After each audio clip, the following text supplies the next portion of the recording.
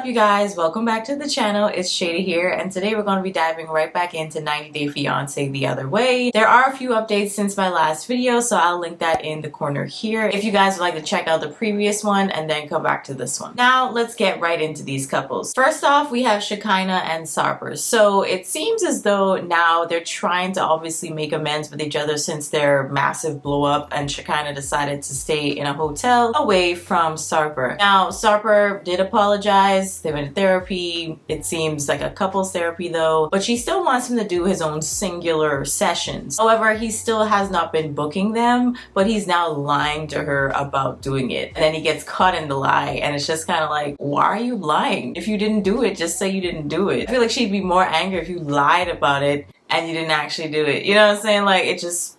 Right. So yeah, he hasn't been doing anything on his own just yet in terms of improving himself for the relationship or just in general, really. And Shakina also now is looking into, well, not even looking into, she's now moving ahead with getting revisions done on her nose job, because I think she did have a nose job before. But correct me if I'm wrong, but she did have quite a lot of work done. I think she does have lip fillers for sure. So yeah, basically she's going back in, and Sarper seems to be very nervous about it. But the thing is though, right, he seems to be nervous, but at the same time he's the one that's in the preliminary like session with the doctor to kind of mark out like what they were gonna do for the surgery and whatnot. He's in the session telling the doctor what he would like to be done to Shakina's nose, and it's just kind of like, oh, okay, that's interesting. That's a big leap from you being nervous about the surgery to now telling the doctor like what you should be doing. Even the doctor was like, you know, yeah, you're making some good points. I'll take that into consideration. Now the next day they go back to the doctor, and everything's moving pretty quickly in terms of getting Shakina ready and prepped for the surgery. But the thing is, now Shakina is putting more effort into trying to calm him down than, you know, the other way around. So it's just kind of like becoming about him yet again. Seems to always be about Sarper, like every day. So I could see why she's just like, you know, like, at this point, if you're gonna be here, be here. Don't do the extra stuff. So that's where I kind of left off. They did put out another episode, but I haven't watched that yet, so I just thought I'd update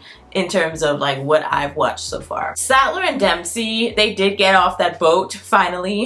They were arguing because Statler, she was having some major anxiety or experiencing some anxiety with regards to being on the boat that was taking them overseas from the UK to France, I believe. And let's just say it just did not get communicated well that Statler was experiencing that. Dempsey was taking it as her being rude. And in that other video that I made, I was trying my best to understand both sides, because yes, I do understand when you're experiencing anxiety, you don't really know how to like verbalize it sometimes, at least well enough for the other people around you or person to really understand and like take it cordially. But I think there's a way for you to at least calm yourself down just enough to communicate that you need space in a way where it does not come across as rude to whoever it is that you're speaking to, for them to understand to give you your space. You don't have to be like how Statler was being. So I understood, yes, the position that Statler was in, but I also understood Dempsey's side of things, and why, even though Statler was going through that whole anxiety thing, it just was like, to Dempsey, why are you treating me like that? Like,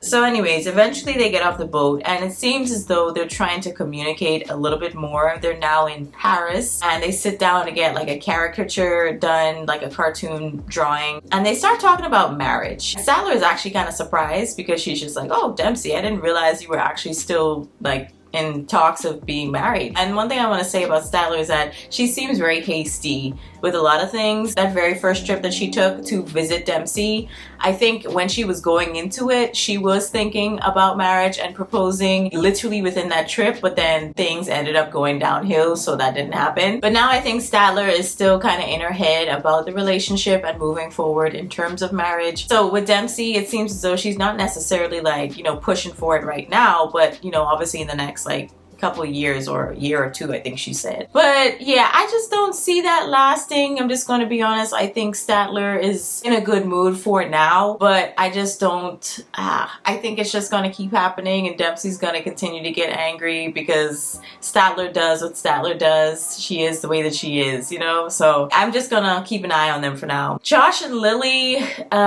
It's been interesting. They did have a conversation about the intimacy thing and also being physical towards each other in terms of sex. And Josh is kind of taken aback by the conversation because Lily brought it up to him as like, you know, something that she's noticing as being a problem for her in their marriage. And with Josh, he says that he's going to try a little bit more in terms of initiating things. But at the same time, it's like, I mean, are you though? You know what I'm saying? Like, obviously, we're not gonna be in their bedroom, okay? I would not ever want to be in anybody's bedroom. Like, no. But at the same time, it's just like, you could see that's very important to her. So are you really going to take it seriously? He does try to, like, you know, plan a date, get them out the house together, do stuff to make her feel special. They go dancing together. And it seems like they're having a good time. You know, they're also still in the works of getting their whole wedding together, traditional Chinese wedding, that is. When Josh's brother comes over to visit, things are going decently for about a couple hours, okay? They show him the house, they show him how grand it is, how nice it is, where he'd be sleeping. They bring the mattress upstairs for him to sleep on in the guest bedroom. Everything seems to be going well. He's settling in okay. However, when Lily asked the brother for some tips in terms of how to deal with Josh, that's when things go interestingly. Obviously, yes, she is doing her best in terms of translating her thoughts into English to talk to the brother in this conversation in the car on the way to, I think it was like some type of restaurant or market. And let's just say it escalates. Literally, they just start talking about like some things that they've been arguing about. And somewhere in there, Lily starts talking about money again. I think she's just trying her best to get Josh to understand that she wouldn't have been spending all this money and doing all this stuff if she did not love him. I think she's just trying to make it very much so a point to show him that she is committed to the marriage and is in love with him and wants him to show love back. She feels as though the love isn't being shown back to her. So it's not necessarily about the money. She's not trying to make him feel bad, but that's just how he's picking it up. I don't think he's understanding the entirety of what she's trying to say. Josh, he gets offended again when that's brought up, and he's just like, yeah, thanks for, you know, ruining my brother's night. His first night in China. I think they were arguing initially about Josh picking up his phone at dinner and not really wanting to say who he was messaging or talking to. So Lily was already looking at him with a side eye. So it was a very like interesting situation for the brother to be pulled into, but nonetheless, he was in it. But they get to the market and things are very awkward, very tense.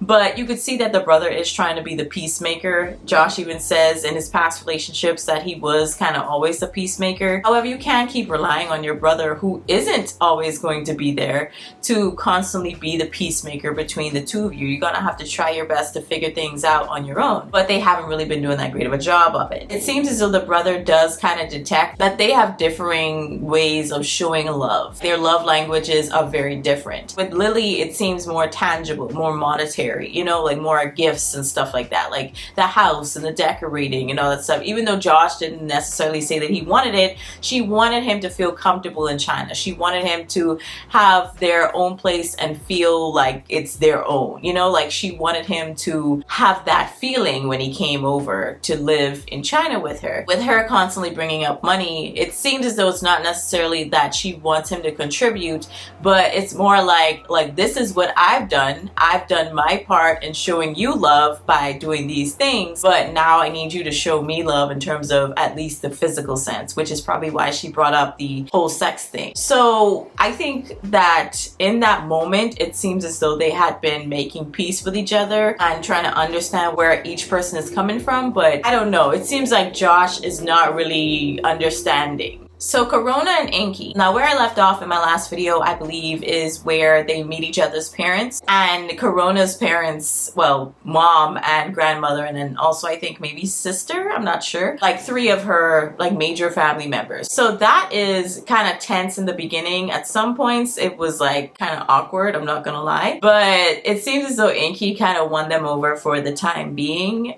like with his easygoingness and a little bit of charm, just a little bit, not that much at all, but just a sprinkle, right? Now that they've met each other's parents, it seems as though Corona is trying to obviously make a life for herself in Iceland. I think Iceland, right? Yeah.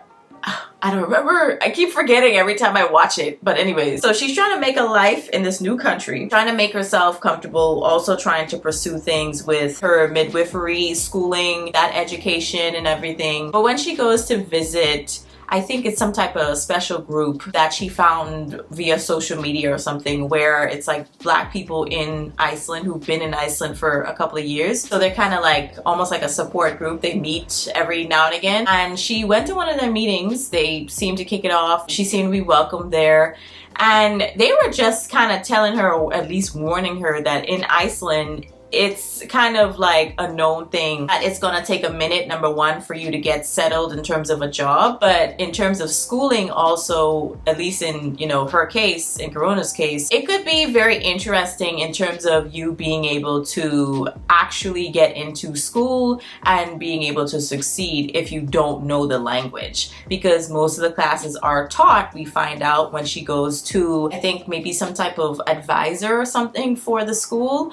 She, number one, didn't even apply apparently. Now the deadline is passed and she has to wait, it seems like a whole other year before she could apply to their program. So that's one problem. And then the second problem is that she doesn't speak the Icelandic language. So it's like, well, how are you going to make it exactly? Like, obviously, yes, she could take classes to learn the language, but that's going to be tough for you to now be learning the language well enough for you to understand your classes when it comes to your midwifery. So it's just like, I don't know how that's going to work. Inky, after all of that, she discovers all that information. He takes her to this, like, I want to say beach, but I'm not too sure. Like, anyways, it was a body of water, okay? And she's freaking out because obviously it's very cold, but Inky's used to that. However, they get to talking about what she discovered about the courses and how she's now kind of almost like regretting coming there because she made the sacrifice to move for him.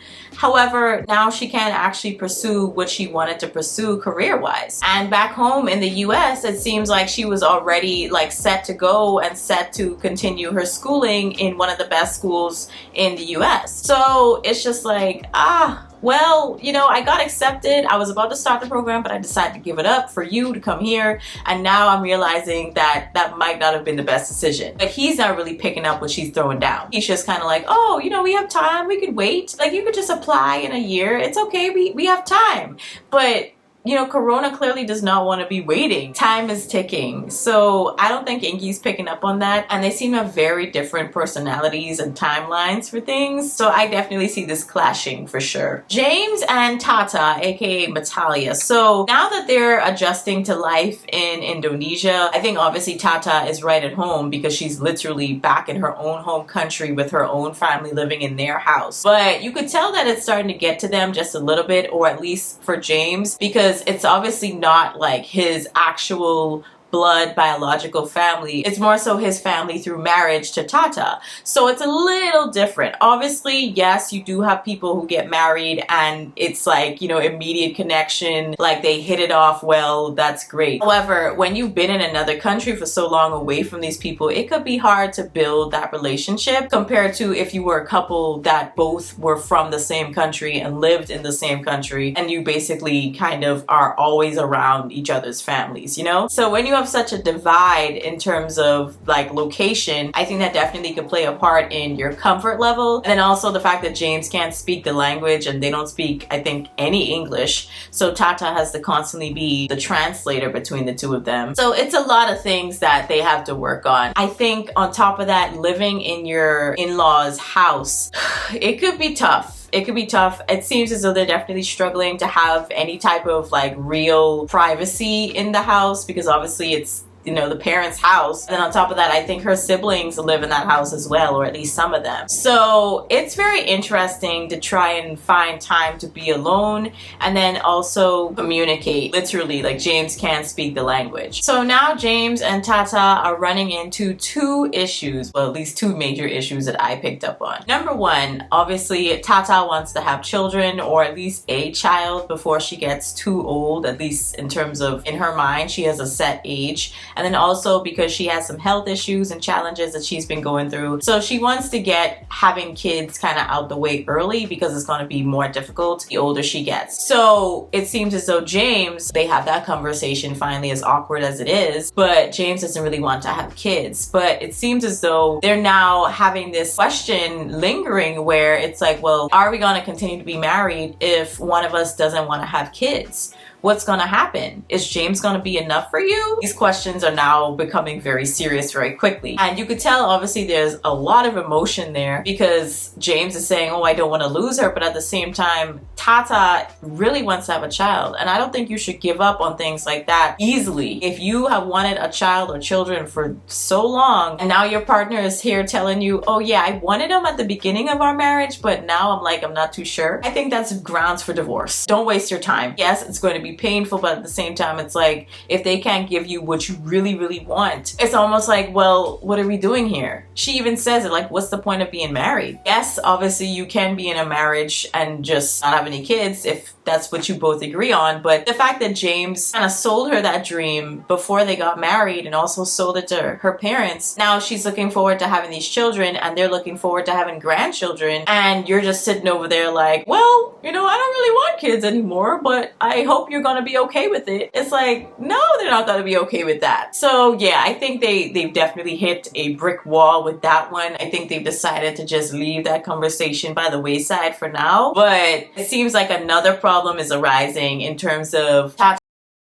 James is doing enough in terms of helping around the house and then also with the banana chip business. So it seems like they're running into a little bit of a snag when it comes to that. They're in two totally different mindsets with regards to that, because Tata is thinking, we could be doing more because we're living there pretty much rent free, and they're also trying to give us money to pay for our car back home, it seems. The car payments on the car that they couldn't sell back home. Tata is thinking like, yeah, we could be doing more. However, James is sitting over there like, this isn't really helping us make any money, so why put in the effort? But at the same time, I think I'm more so on Tata's side, because it's like, you are living there rent free, you aren't paying any bills to stay there, and on top of that, they're trying to help you out with what you need. So the least you could do is at least say thank you, even if you don't want to accept the money, because I don't think James wanted to accept their help to make the car payments. Even if you don't want it, at least to say thank you every now and again, you could try to help out. Even if it's not helping you right now, it would help them. So I think that James needs to come out of this whole selfish mentality, because I think he's looking at it very selfishly. However, I do understand his frustration. But I think that in terms of the other problem, it's now a third problem that has kind of arisen from them being in Indonesia. Now they're trying to have an actual traditional Indonesian wedding. And it seems as though Tata's parents, or at least specifically her father, is pushing to have a lot of guests and a lot of things happening at the wedding. So it's like, well, who's paying for this then? It seems like everything is coming out of my pocket, but he's the one pushing for these things to happen. So it's a little frustrating. It's a very awkward situation, because it's like, how do you tell your father-in-law, like, chill, sit down somewhere, like, I got this. We obviously are going to have to be on a budget. We're not going to be able to do everything that you're asking. Now, our last couple is Joanne and Sean. We left off with them basically telling their kids, and also Joanne's friend, her best friend that came over to visit and meet Sean in person in Ireland. They pretty much sit them down, tell them, hey,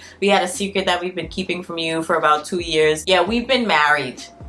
We've been married for 2 years and we did not tell you. Not just a couple months, not a couple weeks, 2 years. So obviously everyone's just looking stunned and surprised, because it's like, why did you wait so long to tell us this, right? So everyone is trying to figure out what their emotions are, because they're happy for them, but at the same time frustrated, because it's like, now, at least when it specifically comes to Joanne's kids, they now have to deal with the prospect or possibility of Joanne coming over to Ireland and having that be like her home base. Like, she wants to live with Sean in Ireland. So obviously when it comes to her kids, they're going to be staying back in, I think they live in New York, and their father is there. But at the same time, it's just like, they have a whole parent that's not going to be there 24/7. It seems as though, at least the oldest son in particular, the younger son, I don't really think like understands the logistics of everything right now and what that would mean for him. So I don't really think he fully gets it. So I think the older brother is talking to their concerns, at least jointly. So he's just like, listen, it's gonna kind of be a lose-lose situation because obviously, yes, I want you to be happy, because she's saying, if you don't want me to stay in Ireland, then I won't. I'll be living in New York with you guys. It's whatever you want. However, obviously he seems to not want his mom to not be happy. He wants her to be able to stay in Ireland with this now husband of hers. But at the same time, it's like, well, how are we gonna deal with you not being at home? They're kind of stuck. They're kind of stuck right now. I just don't know how they're gonna work through that one. But that's gonna be it for me and these couples for now. I'm gonna watch a couple more episodes and come back to you with some more information. But y'all let me know what your thoughts are on these so far. Also, I did a recap on 90 Day Fiancé before the 90 days. I'll link that in the corner here as well if you guys would like to check that out. That was pretty good too. I think that one was a little bit more interesting this time around, but let me know your thoughts down in the comments. I'll catch you on the next one. Peace.